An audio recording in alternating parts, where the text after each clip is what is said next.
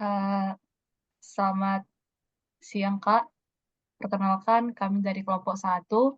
Eh, eh, Kami di sini ingin mempresentasikan eh, kode program yang menjadi tugas praktikum pada praktikum kali ini.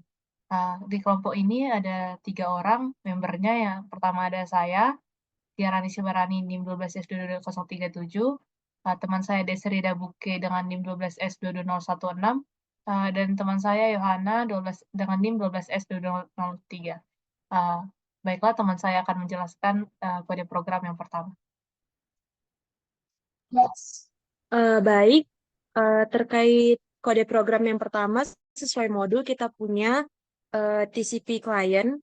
Jadi, sebenarnya fungsi dari si TCP client ini tuh untuk memungkinkan si pengguna untuk berkomunikasi langsung dengan server melalui jaringan. Jadi, kalau misalnya kita perhatikan code yang udah kami buat yang tentunya sesuai dengan modul ya. Yang pertama, program ini itu membutuhkan 3 argumen atau baris perintah saat dijalankan. Kalau diperhatikan itu ada alamat IP server, ada nomor port, dan nama klien. Nantinya, si programnya ini akan mencoba untuk terhubung dengan si server di alamat dan port yang udah diberikan tadi. Nah, di sini tuh ada dilihat di try catch-nya ya. Kalau misalnya koneksinya itu berhasil dilakukan, maka si klien akan mengirimkan nama klien yang akan diberikan ke si server. Nantinya, server akan memodifikasi nama tersebut dan mengirimkannya kembali. Nah, kemudian di sini kalau diperhatikan lagi, eh, kalau misalnya si program kalian, setelah itu si program kliennya ini nanti akan memasuki loop. Loopnya ini nanti akan terus berjalan hingga si pengguna itu memberikan perintah quit atau quiet atau mengetikkan quiet supaya dia berhenti. Di dalam loop, kalau misalnya program udah membaca inputan pengguna dengan kata quiet ini, nanti eh, programnya itu akan selesai dieksekusi. Dan setiap baris input pengguna nantinya akan dikirimkan ke server dan program akan menampilkan balasan yang diterima dari server. Dengan demikian, pengguna dapat berinteraksi dengan server secara bolak-balik. Kurang lebih seperti itu yang dapat saya jelaskan terkait si code yang pertama, yakni TCP server. Selanjutnya, em, kita boleh beralih ke yang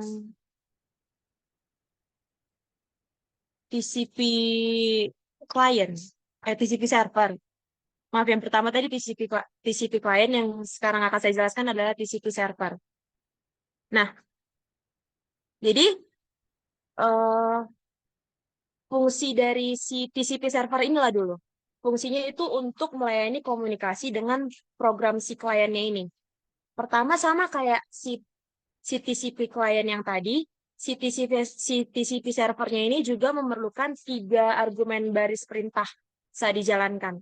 Ya ini satu argumen baris perintah saat dijalankan, yakni nomor port yang akan digunakan server untuk mendengar koneksi dari klien. Program akan terus berjalan sehingga eh, ada masukan dari si klien. Kalau diperhatikan di sini tuh ada loop. Loopnya ini tuh akan terus berjalan hingga eh, ada masukan dari si klien. Nah, manakala ada masukan dari klien atau dalam artian kalau misalnya si kliennya itu sudah terhubung, server akan menerima informasi nama klien yang akan dikirimkan oleh si klien tersebut. Jadi nanti server akan menampilkan nama klien, cek klien atau dalam kurung nama klien dan kata terhubung. Dan membalas klien dengan pesan horas dalam kurung nama klien. Nah, setelahnya itu server akan memasuki loop klien untuk berinteraksi dengan klien secara bolak-balik. Nah, di dalam loop ini, server akan membaca pesan yang dikirim oleh si klien. Pesan tersebut akan ditampilkan di konsol server beserta nama klien yang mengirimkannya. Servernya nanti mengambil bagian untuk memodifikasi pesan tersebut dan mengubahnya menjadi huruf kapital dengan menambahkan karakter new line. Nanti, pesan yang udah dimodifikasi tersebut nantinya akan dikirim lagi ke si kliennya itu. Jadi, kalau misalnya kita perhatikan dari penjelasan saya itu ada proses bolak-balik mengirimkan pesan. Nantinya, lagi-lagi proses bolak-balik ini akan terus berlanjut hingga si klien mengirimkan pesan quiet. Yang berarti kalau misalnya si server udah menerima nih, ada inputan klien yang berisi quiet, server akan menampilkan pesan nama si kliennya itu telah berhenti dan memutuskan koneksi dari klien. Supaya apa? Supaya si servernya ini nanti bisa mempersiapkan diri untuk menunggu koneksi baru dari klien lain yang kemudian nantinya akan dijalankan kembali. Jadi proses tersebut akan berjalan manakala ada quiet, maka eh, eh, proses dari program si klien satu akan diselesaikan dan akan mempersiapkan diri untuk memproses pesan dari si klien lainnya. Kurang lebih seperti itu untuk penjelasan terkait yang si TCP server. Kemudian kita akan beralih ke TCP server multi client. Nah, kalau Sebelum diperhatikan, sebelum itu, maaf memotong teman, kita akan menjalankan untuk TCP client dan TCP servernya terlebih dahulu.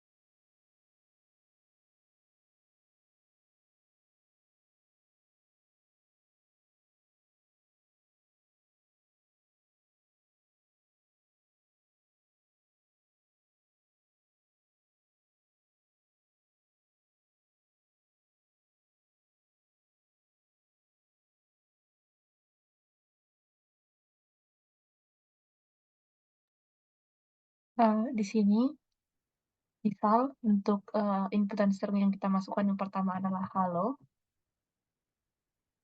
maka dia akan dikirimkan tanda dia terhubung ke dalam server dapat kita lihat bahwa di dalam servernya juga sudah ada kata halo dan itu dibuat dari nama klien yang kita buat yaitu Jarkom. Dan ini adalah uppercase yang dikatakan oleh teman saya tadi. Dia mengirimkan balasan dengan bentuk huruf kapital semuanya. Untuk menyelesaikan komunikasi mereka, kita mengetikkan saja quit, maka berhenti. Baiklah, selanjutnya akan dilanjutkan oleh teman saya.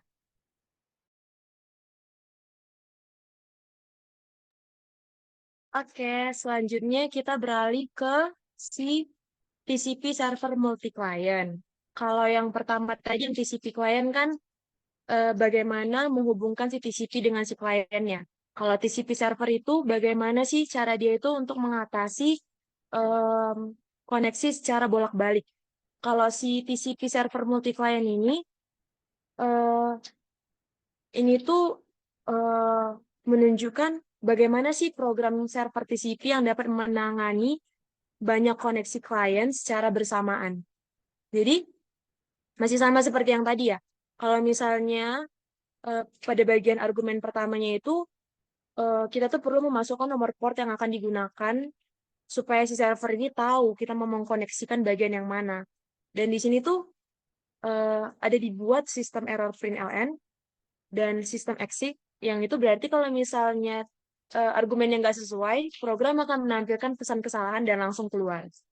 Kemudian di sini kalau misalnya diperhatikan, program itu membuat objek server socket yang diharapkan eh, server socket dengan menggunakan nomor port yang diperoleh dari argumen si baris perintahnya itu tadi. Server socket ini fungsinya untuk apa? Server socket ini digunakan untuk mendengarkan koneksi masuk dari si klien. Kemudian masuklah kita ke eh masuklah kita ke menunggu koneksi klien. Di sini programnya ini nanti akan memasuki loop. Di dalam loop ini program menggunakan metode accept. Di sini ada new TCP server thread welcome socket.accept. Di sini pada objek server socket untuk menerima koneksi masuk dari si klien. Kalau misalnya ada klien yang terhubung, program akan menerima objek socket yang mewakili koneksi tersebut. Kemudian eh, Kemudian, program akan membuat objek baru dari kelas TCP server thread dan meneruskan objek socket yang mewakili koneksi klien yang tadi ke dalam si konstruktornya. Kelas TCP server thread ini bertanggung jawab untuk menangani komunikasi dengan si klien yang terhubung. Kemudian nantinya program akan memanggilkan metode start pada objek si TCP server thread ini untuk memulai thread yang baru. Kemudian di sini ada berbagai sistem error. Kalau misalnya terjadi kesalahan pada saat pembuatan server socket atau menerima koneksi klien, program akan menampilkan pesan kesalahan dan akan keluar. Nah, sebenarnya apa sih tujuan program ini? Tujuan program ini adalah untuk menyediakan layanan komunikasi TCP kepada banyak klien secara bersamaan. Jadi, nantinya dengan program ini eh, diharapkan bahwa beberapa klien itu dapat terhubung ke server dan berinteraksi dengan program ini secara independen. Dan dari TCP server multi client ini, kita tuh bisa melihat bahwa ini merupakan salah satu contoh implementasi server TCP multi-thread yang dapat melayani banyak klien yang secara bersamaan, seperti yang saya bilang tadi. Dan program ini memanfaatkan multi-threading untuk meningkatkan efisiensi dan memungkinkan komunikasi yang lancar antar server dan banyak klien pada waktu yang bersamaan. Kira-kira itu yang dapat saya jelaskan terkait TCP server multi-client. Eh, di sini saya akan melanjutkan apa yang telah dijelaskan oleh kawan teman sekelompok saya. Di sini saya akan menjelaskan tentang TCP server tree. Jadi eh, di sini TCP server tree itu merupakan subclass dari bagian si tree. Berarti kelas TCP tree ini mewarisi apa aja yang ada di si kelas tree. Kemudian di sini ada private socket connection socket, yang mana variabel ini dideklarasikan untuk menyimpan objek socket yang nantinya akan merepresentasikan koneksinya dengan si klien. Lalu di sini kan tadi kan dia merupakan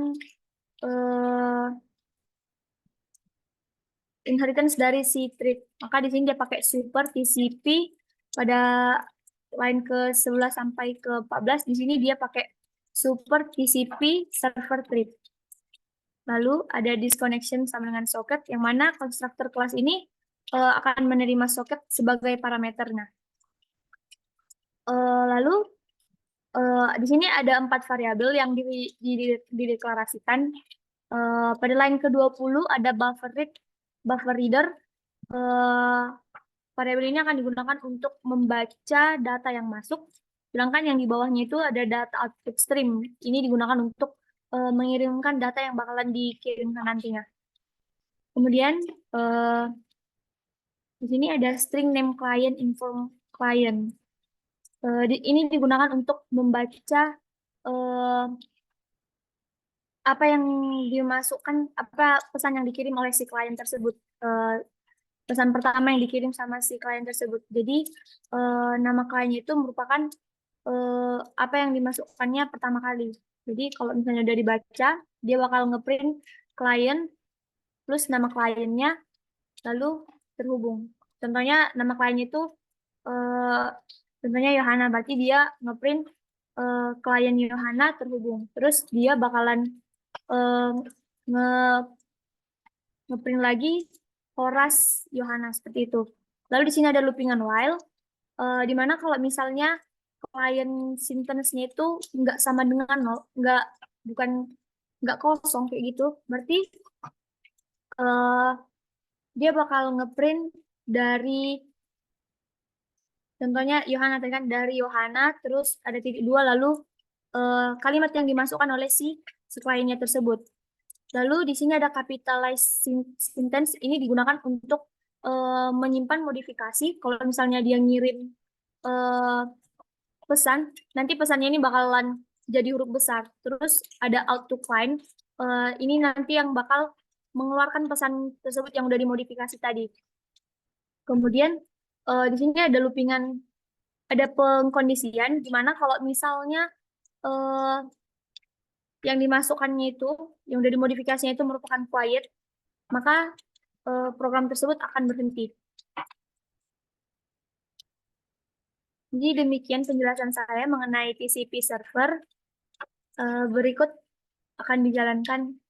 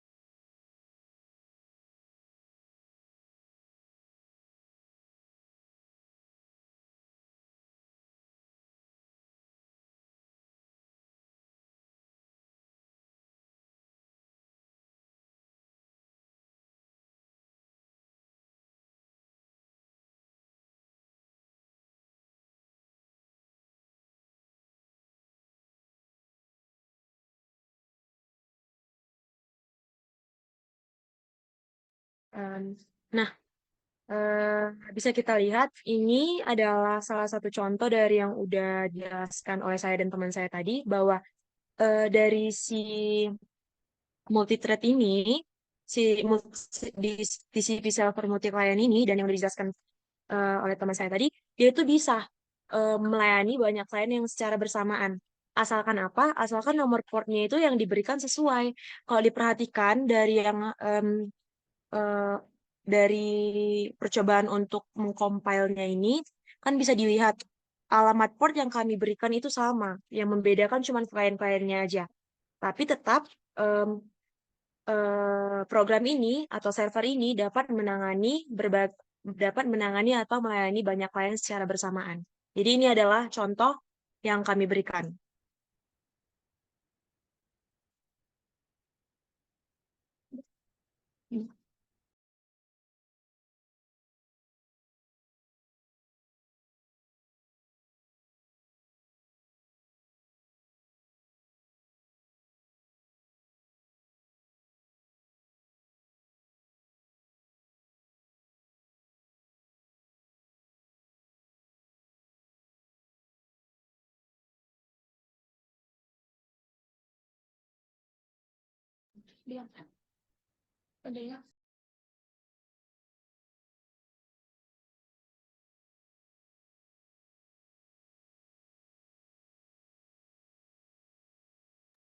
Baik, di sini saya akan melanjutkan penugasan yaitu dengan membuat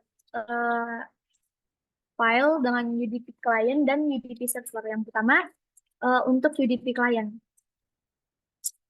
Jadi di sini di UDP client ini dia itu pertama itu ada variabel yang ada string sentence dan string modified sentence. Jadi variabel ini digunakan untuk menyimpan pesan yang akan dikirim ke server, terus yang bakalan diterima sama si server nantinya. Terus di sini ada pengkondisian, kalau misalnya argumennya itu panjang argumennya itu lebih kecil dari 3, maka dia akan mengeluarkan jalankan program dengan memberikan parameter IP server, port, dan nama klien. Terus di sini contohnya kalau misalnya ada Java UDP client, terus IP address-nya itu 127.001, terus portnya 899, terus nama kliennya itu Yohana Desri Tiarani. Lalu di bawahnya itu ada variabel lagi yang mana dia adalah datagram client socket. Ini bakalan digunakan untuk berkomunikasi dengan servernya nanti. Kemudian ada integer address, server address. Di sini dia itu merupakan kalau misalnya ada outputnya nantinya kan. Jadi argumen dengan indeks 0 itu bakalan diset menjadi server address. Terus argumen yang dengan indeks pertama bakalan diset sebagai port. Lalu ada send data yang mana dan juga receive data. Jadi ini digunakan untuk menyimpan data yang bakalan dikirim dan data yang bakalan diterima. Di sini dia bakal ngeprint connecting to server on IP. Tadi kan udah di set dia di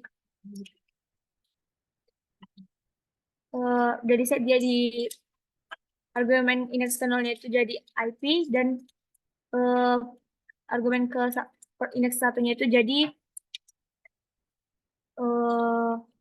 portnya. Jadi pada program ini ada juga buffer reader di mana di sini digunakan untuk membaca input. Lalu di sini ada loopingan do pada line ke 38 sampai 50.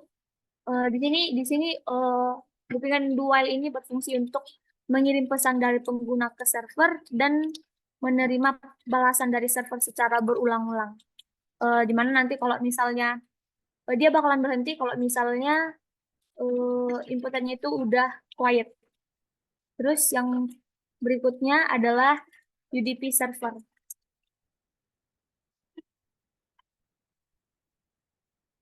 Untuk bagian UDP server, eh, UDP server ini merupakan bagian daripada bagian dari si UDP client. Jadi kan kayak klien sama server saling berhubungan. Jadi UDP server ini merupakan hubungan dari si klien. Jadi di sini ada pengkondisian, dimana kalau misalnya argu value-nya itu nggak sama dengan 1 panjangnya, maka dia memperinjakan server dengan memberikan argumen port. Terus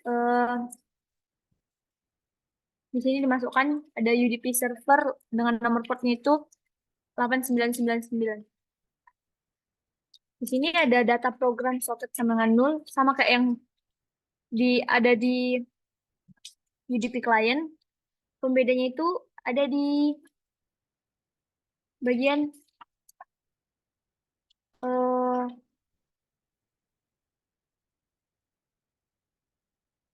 bagian capitalize sama dengan Horace. Itu terdapat pada line 36. Nah, di sini ada di sini dibikin data program send paket sama dengan new yang datagram yang isi dari parameternya itu ada send data length, client address dan client port. Jadi ini digunakan untuk servernya itu mengirim pesan balasan kepada klien yang berisi salam dan nama klien dalam huruf besar. Lalu ada loopingan while true.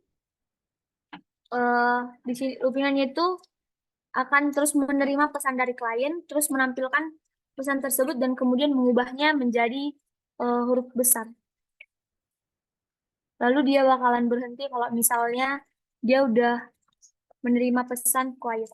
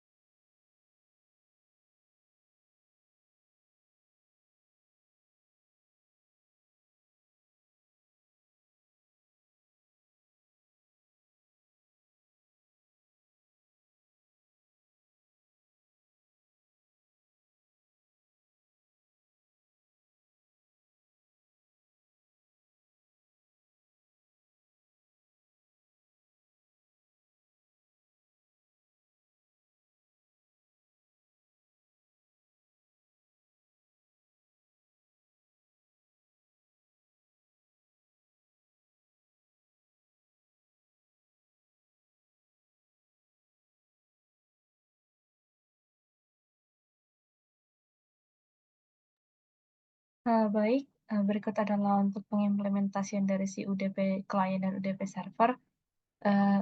Di sini bisa dilihat bahwa si server dan klien itu sudah terhubung dan sudah bisa mengirimkan pesan juga. Dan nantinya ini program ini akan berhenti ketika perintah quit telah diberikan.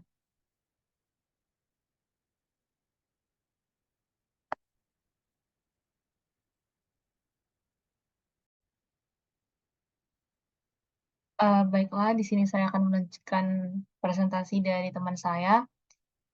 Jadi ini adalah bagian socket programming 2, di mana ini tuh kita diminta untuk menghubungkan sebuah server yang sudah kita buat dengan web.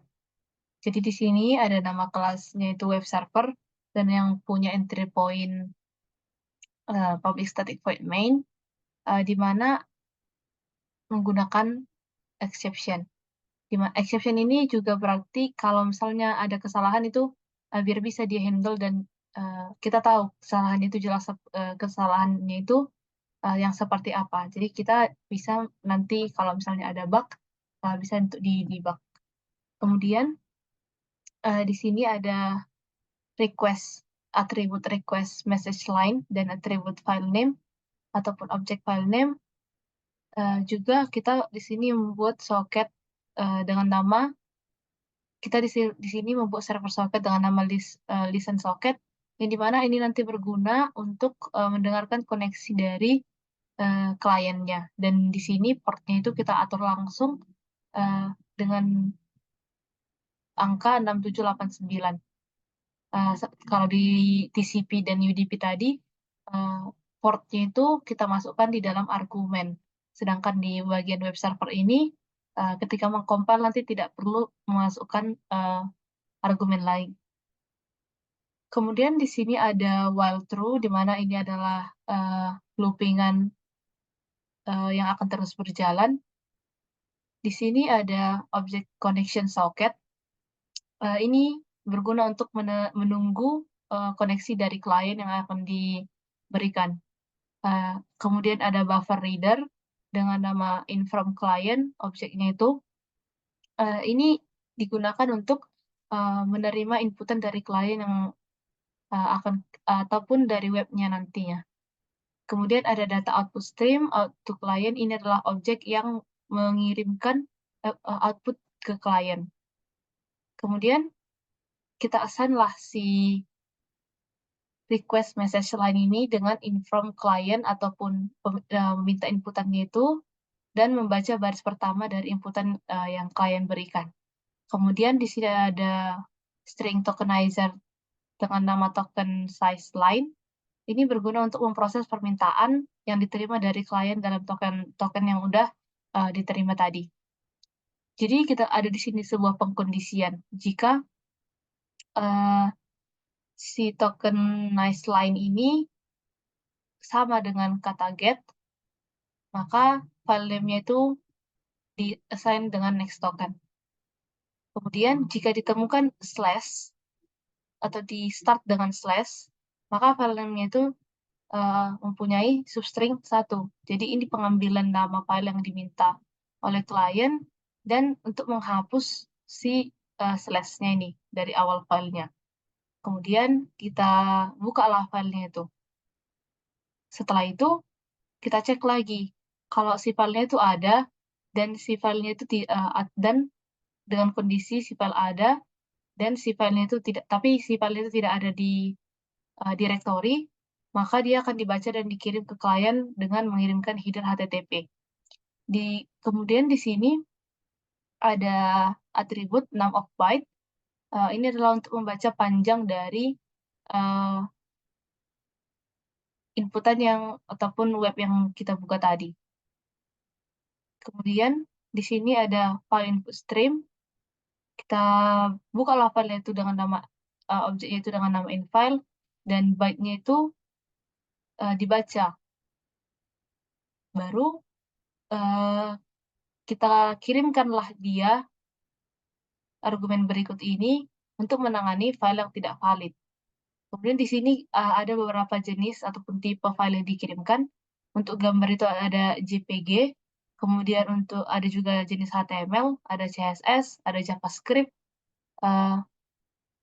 Kemudian tipe-tipe file ini juga punya panjang konten masing-masing.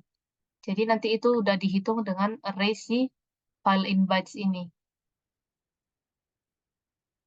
Kemudian kita kirimkanlah file yang sebenarnya itu ke klien. Ini kan tadi kondisi-kondisi untuk tipe-tipe file. Jadi kan di sini udah kita tangani lah file yang tidak valid. Karena dia nggak valid, maka kita kirimkanlah file yang valid yang sebenarnya kepada si kliennya. Atau kita bisa mengirimkan pesan error kalau misalnya memang file itu tidak ditemukan. Inilah yang dibilang salah satu kegunaan dari exception itu. Kemudian di sini juga berlaku sama, cuman di sini ada pesan error 404 yaitu not found, sementara pesan error 400 yaitu ada bad request. Kemudian koneksinya itu kita tutup. Jadi di sini ada beberapa file, ada index HTML, script JS atau JavaScript, ada style CSS dan web server. Jadi si indeks HTML inilah nanti yang pada praktikum soket programming 2 bagian kedua, kita disuruh untuk membuat sebuah aplikasi web server sederhana yang isinya itu seperti ini. Sebenarnya ini bebas apa aja isinya. Ini disesuaikan dengan kebutuhan saja. Ini merupakan body dari si HTML ataupun web yang akan kita buka nanti. Dan ini adalah title-nya.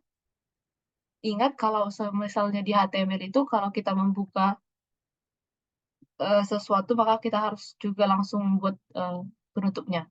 Untuk HTML, begitu untuk HTML, head, dan body. Di sini untuk bagian body-nya itu kita isi seperti berikut ini. Dan kan ada message. Message-nya ini nanti kayak tulisan kayak gitu di dalam si websitenya. Kemudian ada juga change button.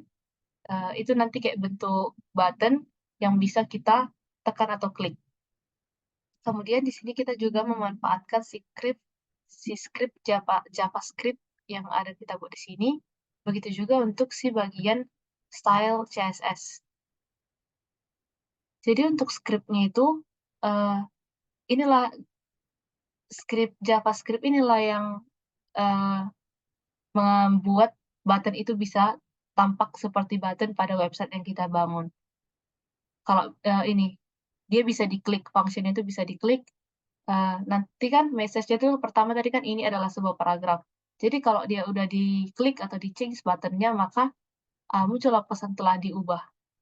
Kemudian di sini untuk stylenya ada color-nya itu blue dan font size-nya itu 8 poin dengan font style dari message-nya itu adalah italic dan untuk button-nya itu background-nya itu adalah hijau dan eh, untuk warna button-nya itu tulisannya itu warna putih dengan padding 10 poin dan 20 poin dan bordernya itu 5 poin. Baiklah, di sini saya akan menjalankan ataupun mengcompile web server ini.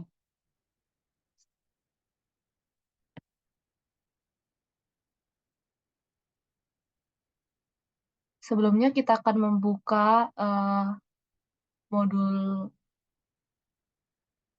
praktikum kali ini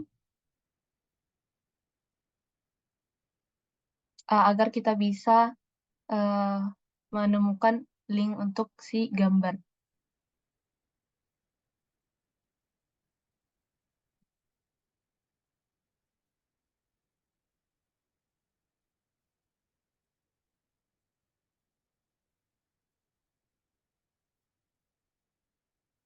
Nah, ini dia.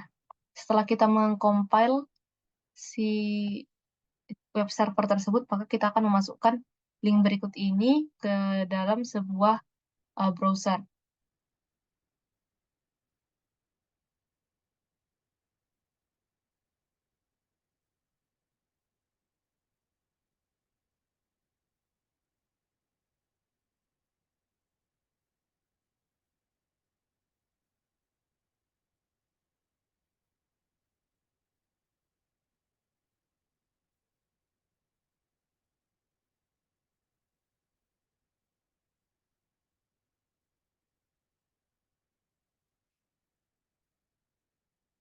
Nah, ini sudah kita compile. Uh, Baru kita di sini akan nanti gambar yang ini akan muncul di bagian browser ini.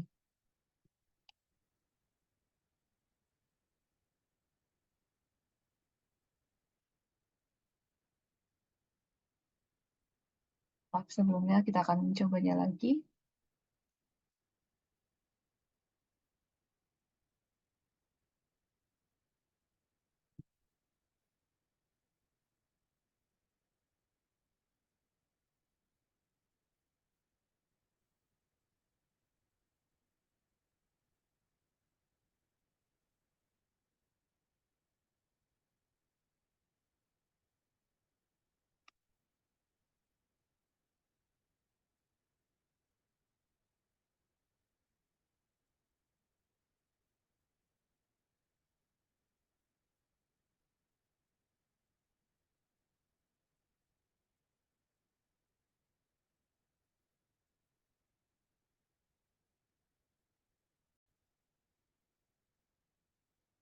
kita akan menjalankannya lagi.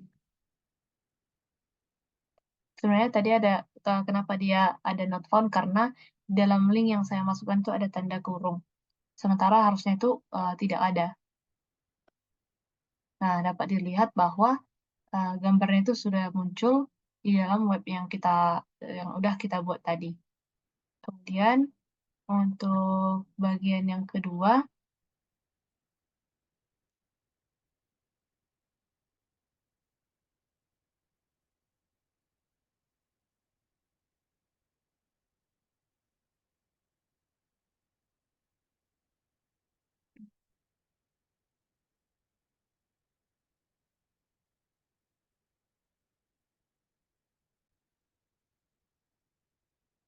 nah sekarang kita akan menjalankan untuk yang bagian HTML yang udah kita buat tadi. Jadi di sini kan localhost itu ada 6789, kemudian indeks HTML, maka akan muncullah nanti sesuai dengan yang udah kita set. Nah ini, Hello Desri Yohana. Itu sesuai dengan apa yang udah kita set di sini. Dan jika kita klik ubah pesan, maka pesan itu telah diubah sesuai dengan ada yang di dalam skripnya. Baiklah, saya rasa sekian untuk presentasi kami pada tugas jaringan komputer praktikum bagian soket programming. Atas perhatiannya, kami ucapkan terima kasih. Selamat sore, Kak.